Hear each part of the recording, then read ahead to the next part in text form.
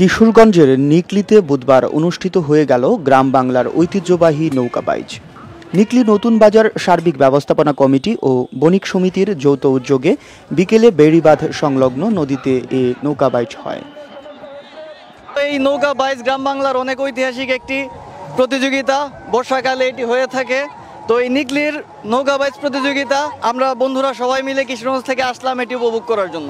এই নৌকা বাইচের পরিবেশটা অত্যন্ত সুন্দর এবং খুবই ভালো লাগতেছে।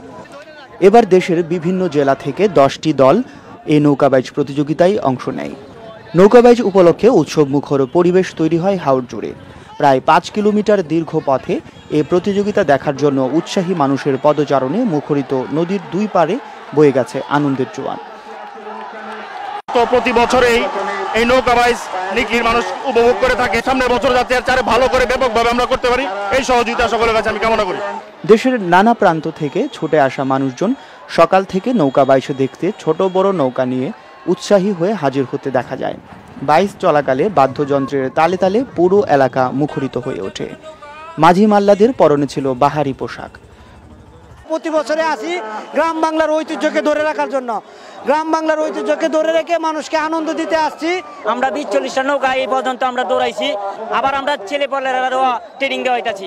আমরা অন্যান্য বছরও এই নৌকা দৌড়ের আয়োজন বিশাল আকারে করে থাকি, তার চেয়েও বিশাল এই বছর হয়েছে।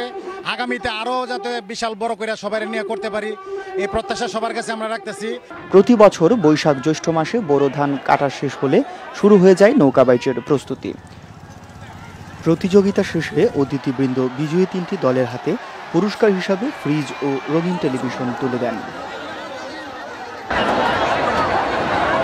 লাখো মানুষের ভিড়ে মুখরিত নিকলির এই হাওর অঞ্চল।